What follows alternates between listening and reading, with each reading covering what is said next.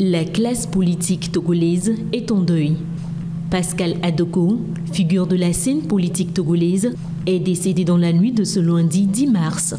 Âgé de 68 ans, il occupait le poste de secrétaire général adjoint en charge des stratégies politiques de la Convention démocratique des peuples africains, CDPA, engagé dans la lutte pour la démocratie et la justice sociale au Togo. Originaire de Ave, dans la préfecture de Zio, il était également conseiller municipal de la commune de Zio 1, dans le compte de la dynamique pour la majorité du peuple, DMP. Son rôle au sein de la CDPA, ainsi que sa position en tant que vice-président du cadre permanent de concertation, CPC, instance de dialogue entre le pouvoir et l'opposition, ont fait de lui un acteur clé des débats politiques du pays. Selon un communiqué de la DMP, il serait rappelé à Dieu suite à un malaise qu'il a eu dans sa voiture sur la route de son retour à Lomé après avoir pris part à une réunion du conseil municipal de sa commune Zian 1. Depuis l'annonce de sa disparition, de nombreux hommages affluent, saluant l'homme de conviction et le militant qu'il était. Ses proches et collaborateurs se souviennent de lui comme d'un défenseur des droits et des libertés, engagé jusqu'au bout pour une société plus équitable. Les détails concernant ses funérailles seront communiqués ultérieurement par sa famille et son parti.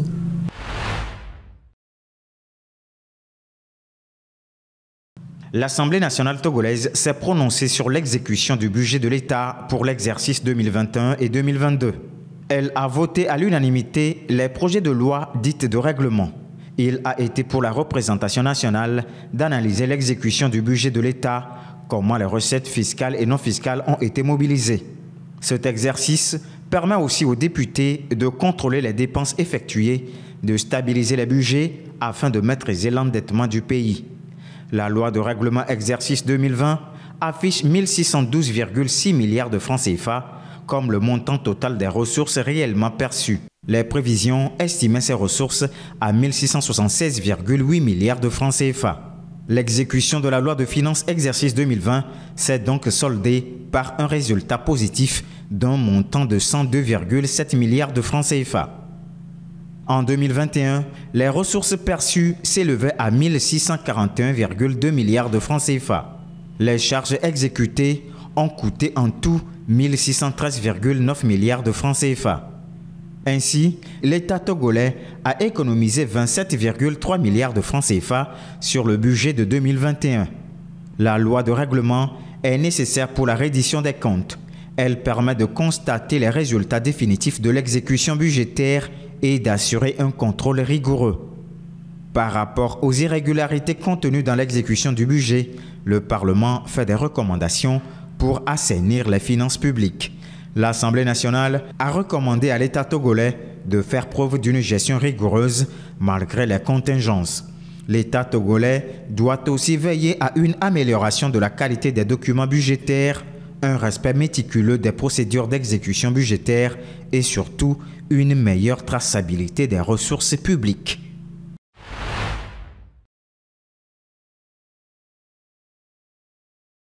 Publié récemment par la Héritage Fondation, l'indice de la liberté économique 2025 présente le classement des pays ayant amélioré de manière mesurable leur liberté économique.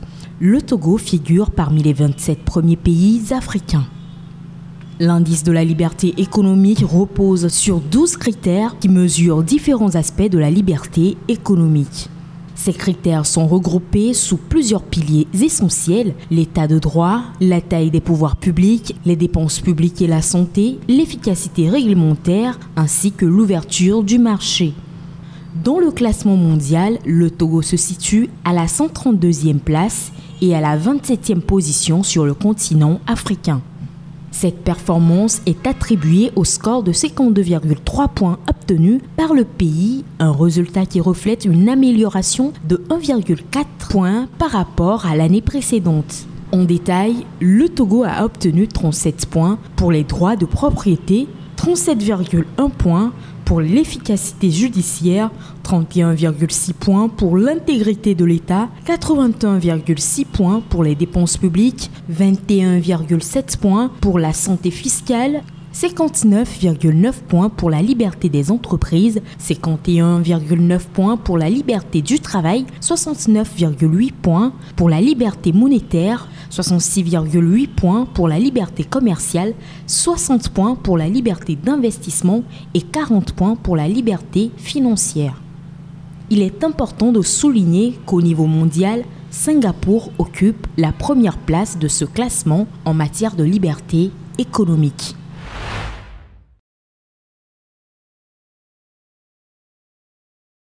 Malgré l'engagement accru des femmes dans la vie publique, elles demeurent nettement sous-représentées aux postes de décision. Plus précisément, la présence féminine dans les postes de décision judiciaire reste insuffisante, surtout dans la haute magistrature. Sur initiative de l'Office des Nations Unies contre la drogue et le crime ONU-DC, les femmes juges sont célébrées pour la 4e fois ce 10 mars à travers le monde. Cette célébration témoigne d'un engagement croissant envers l'égalité des genres dans le secteur judiciaire. En effet, la représentation des femmes dans le système judiciaire apporte non seulement des perspectives et des expériences différentes, mais aussi contribue à perturber les réseaux de collusion et diminue la corruption. Par ailleurs, la célébration de cette journée en l'honneur des femmes juges vise à encourager la mise en œuvre des stratégies nationales et internationales pour promouvoir l'égalité des sexes dans le système judiciaire. Ceci pour une justice plus juste, représentative et efficace. Pour l'occasion, le PDCI, ancien parti unique, recevait à son quartier général de Cocody, à Abidjan. Pas moins de 25 partis d'opposition se sont réunis en vue de la présidentielle prévue à la fin de l'année. Les principales formations et leurs leaders étaient là.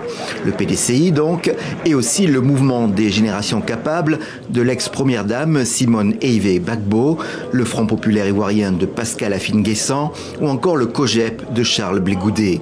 Nous sommes déterminés à tout mettre en œuvre pour que la paix règne en Côte d'Ivoire, pour que nous ayons des élections inclusives, c'est-à-dire élections auxquelles tous ceux qui souhaitent être candidats puissent être candidats et qu'on laisse enfin les Ivoiriens décider librement de qui doit les diriger. En pratique, ils ont adopté une charte pour former la Coalition pour l'alternance pacifique en Côte d'Ivoire, ou CAPCI, et 15 partis l'ont signé sur le champ.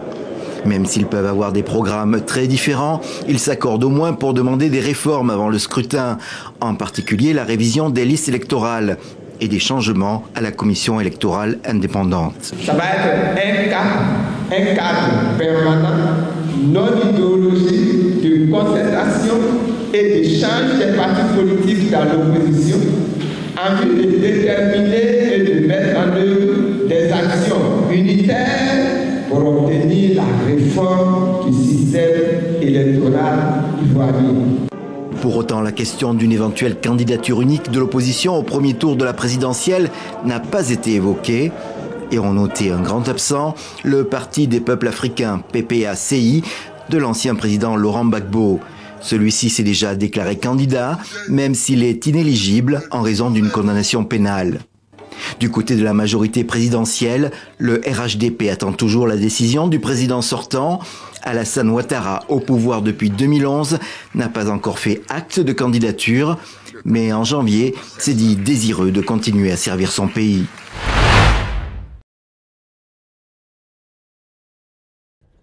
Le Sahel reste l'épicentre du terrorisme mondial. C'est l'un des enseignements majeurs du 12e indice annuel du terrorisme mondial publié mardi. La région représente 51% des décès dus au phénomène en 2024, selon le document. Une instabilité alimentée entre autres par la faiblesse de la gouvernance, les tensions ethniques et la dégradation de l'environnement.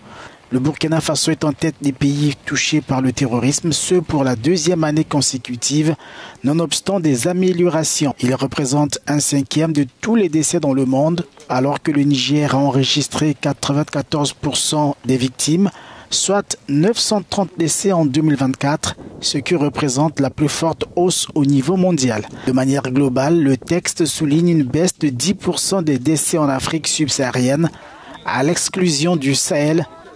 C'est le niveau le plus bas depuis 2016. Agents débordés, foule compacte et pour tromper la peur, ambiance festive.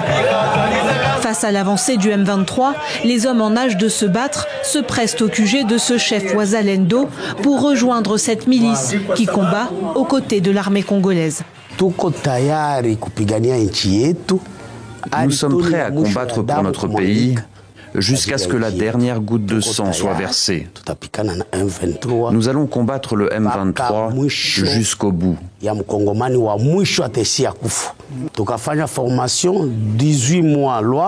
Nous avons même été formés au camp militaire Iwama pendant 18 mois. D'ailleurs, l'ennemi a peur de nous. Nous nous connaissons très bien. C'est ici que nous allons mettre fin à cette rébellion s'ils osent poser un pied dans le Maniema.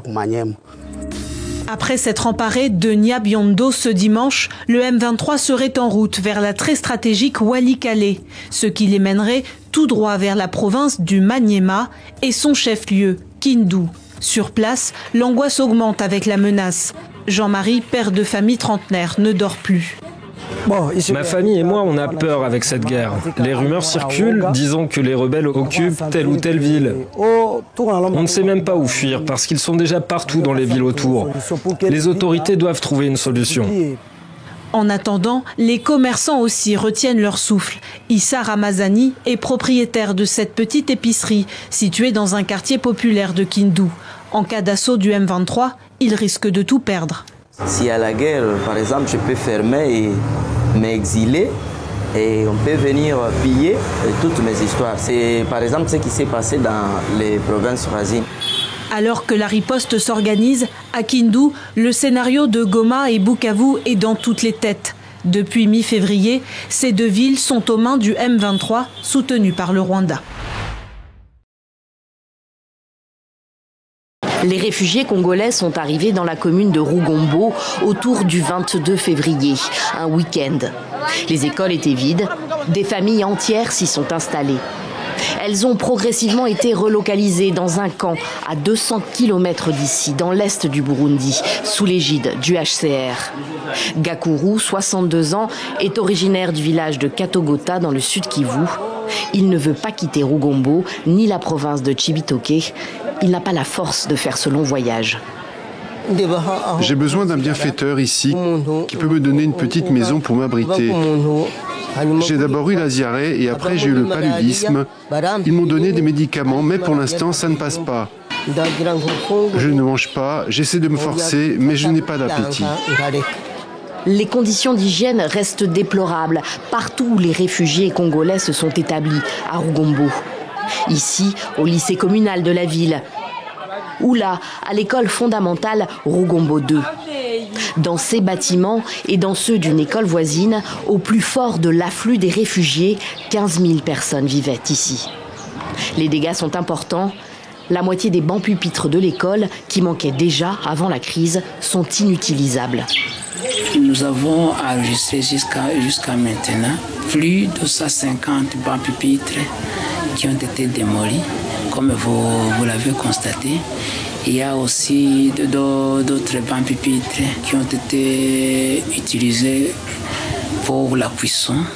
Les réfugiés ont déféqué un peu partout dans la cour de l'école. Nous craignons beaucoup sur la santé des élèves et des éducateurs ici. La classe a repris difficilement. 1900 élèves sont scolarisés dans ce seul établissement de Rugombo 2. Ils ont raté 2 semaines de cours. Désormais, l'essentiel des réfugiés reste concentré dans le stade de la commune, où la vie s'organise dans le plus grand dénuement. De rares points d'eau, quelques latrines. Selon le HCR, 45 000 personnes vivent ici. Le père d'Aline Getrouda est tombé malade à son arrivée et a dû être hospitalisé dans la ville de Chibitoke, à quelques kilomètres de là. Il y a trop de détritus partout. Nos enfants souffrent de vomissements, du paludisme, de maux de tête. Les cas de diarrhée sont nombreux. On ne sait même pas où s'asseoir.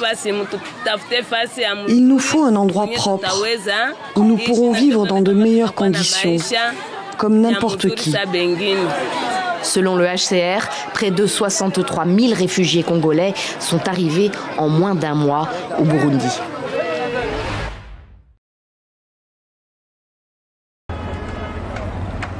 Une voiture piégée a explosé ce mardi à l'hôtel Cairo à Beledweyne, une ville stratégique du centre de la Somalie. L'attaque a coûté la vie à au moins 6 personnes, dont 2 anciens dignitaires locaux selon des témoins. L'explosion visait précisément cet établissement car il héberge des chefs traditionnels et des officiers militaires engagés dans la coordination de l'offensive gouvernementale contre le groupe terroriste Al-Shabaab.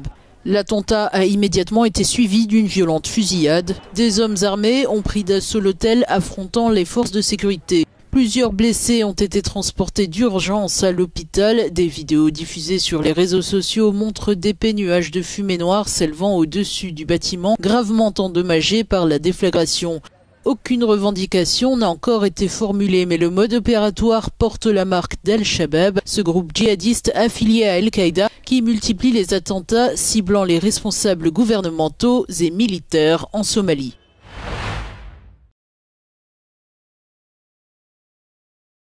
Leurs mains volent au-dessus du tapis à tisser comme sur un piano, avec précision et méthode, pour jouer une partition ancestrale, celle du tissage des tapis de jonc.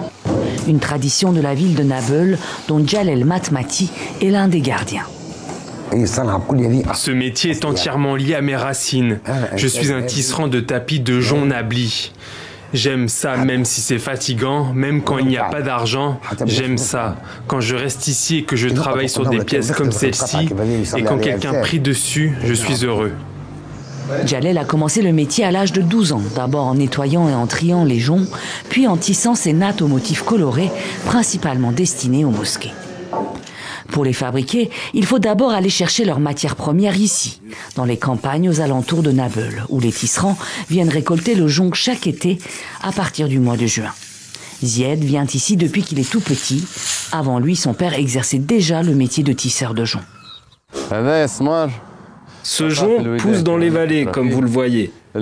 Voici l'eau de la vallée qui coule, le jonc pousse tout seul grâce à la pluie. Plus on récolte et on nettoie la zone, plus il pousse et il augmente. Une fois coupés et ramassés, les brins de jonc doivent encore être séchés dans les règles de l'art avant de finir entre les mains des tisserands à l'atelier. On le laisse jaunir de ce côté pendant 21 jours au soleil. Après les 21 jours, on le retourne comme ceci pendant encore 10 jours, jusqu'à ce que le jonc devienne jaune comme de l'or. Après cela, on le ramasse et on l'attache en botte comme ceci, puis on le stocke. Je fais ce travail par amour, car c'est l'histoire de notre pays. Avant, des milliers de personnes travaillaient le jonc à Nabeul. Aujourd'hui, ils ne sont qu'une poignée d'artisans, à peine une centaine, dont une majorité de personnes âgées. Leur crainte est de voir leur métier disparaître. Mais c'est sans compter de nouvelles créations modernes, comme celles vendues dans la boutique de Marwan Chaledi, le frère de Zied. Ce travail a un horizon d'avenir.